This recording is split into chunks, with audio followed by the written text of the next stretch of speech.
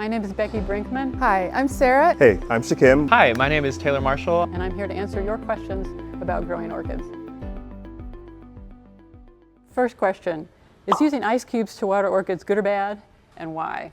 I am so glad you asked this question. If I could debunk any myth about growing orchids, it would be the one about growing and watering your orchids with ice cubes. And really there are two reasons for that. One, virtually all of the orchids that are available for you to buy and grow in your home come from the tropics. They just don't have it in their DNA to withstand repeated exposures to freezing temperatures in any form. They might tolerate it for a while, but that doesn't mean they like it. Second has to do with the volume of water generated by an ice cube. It's really quite small. It's only a tablespoon or two.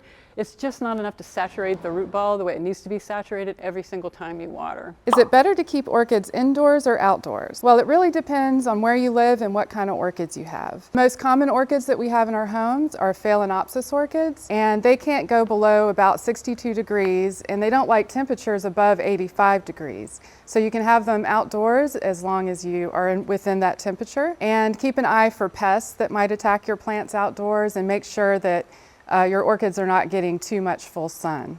How well do orchids tolerate cold weather? So there are plenty of orchids that would tolerate cold weather. Short answer is it depends. In here, in the high elevation house, we have orchids that come from, as you can imagine, high elevations. So they do appreciate a little bit of cold temperature at night, 50s, maybe high or low 60s. But if we're talking like outside in hardiness zone similar to Atlanta, Georgia, chances are they won't really like it. If we're talking about bog orchids and other terrestrial orchids that you might find in stores of woods or our conservation bog, which is outside, then they will appreciate colder temperatures around winter and spring. But it's good to separate between the two. Can orchids be in direct sunlight? Short answer is no. Very few orchids grow in that bright of an environment, and most likely not the ones that we are going to have in our homes. Orchids that we grow tend to come from the subtropics and tropics, and so they do like a lot of bright light. They're getting a long day that close to the equator. They're getting a lot of bright light, but they don't grow up above the trees. They grow like down underneath the canopy. Random. We're doing random. Are orchids parasites? No, orchids are not parasites. Many tropical orchids are what's called epiphytes. They grow attached to other trees and plants, and they don't take anything from those trees and plants. They just use it as a home. So no, they are not parasites. That's my question. Can orchids sneeze? Can orchids sneeze? The people want to know, do orchids sneeze? No.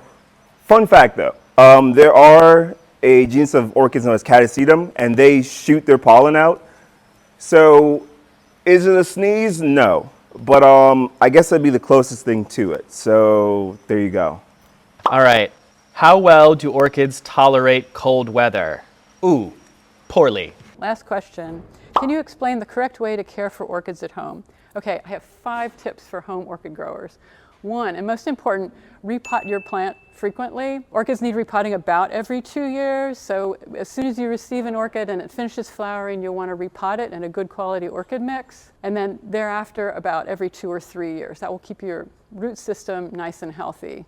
Number 2, when you water your orchid, remember drench and dry. You really want to saturate the root ball and then let it dry out for a few days. Number 3, temperature. Basically, if you're comfortable, your orchid is going to be comfortable. So a range of temperatures between about 58 and 78 will suit most orchids. Although to be really good, you'll want to do a little bit of research about the type of orchid that you've got because it may have special requirements. Number 4, humidity. So now I'm kind of dreaming that you're able to raise the humidity in your house a little bit. If you have a humidifier or a bathroom that's well lit, that's the place for it. And finally, number 5, light. You want to give orchids a fair amount of bright light. Sometimes you'll hear orchids like the moth orchid referred to as a shade-loving plant. They still need a fair amount of light. They still want to go, even the lowest light orchid will want to go in an east window, right up in the window. If you want to see your orchid flower again, you definitely want to get it right up in the window. Working at Atlanta Botanical Garden, right as we're about to hit our 50-year mark, is, I think, something really special. Becky is sort of the cornerstone of the Orchid Center. She is a wealth of knowledge in all things orchid. She has, for me at least, so emotional, my voice is cracking. Becky's been a wonderful mentor to me. I've worked in the Orchid Center with Becky for 18 years, and her knowledge of orchids is encyclopedic. I've learned so much from her. You know, the garden has accomplished so much in such a short period of time. It's really quite remarkable. The garden started in a trailer, and in just the few decades that we've been around, we've built magnificent gardens and a conservatory and an orchid center, a center for conservation. We've gotten off to a terrific start, and I'm hoping that we can continue to build on that. I have so much invested in this personally. You know, I've built my entire career here. It's been such a meaningful part of my life. It's absolutely irreplaceable, and it always will be. The place, the people that I've worked with, really remarkable group. I'm so fortunate. Well, thank you all for visiting the gardens for the 2026 Flower Show Heirlooms, and we'll see you in 2028.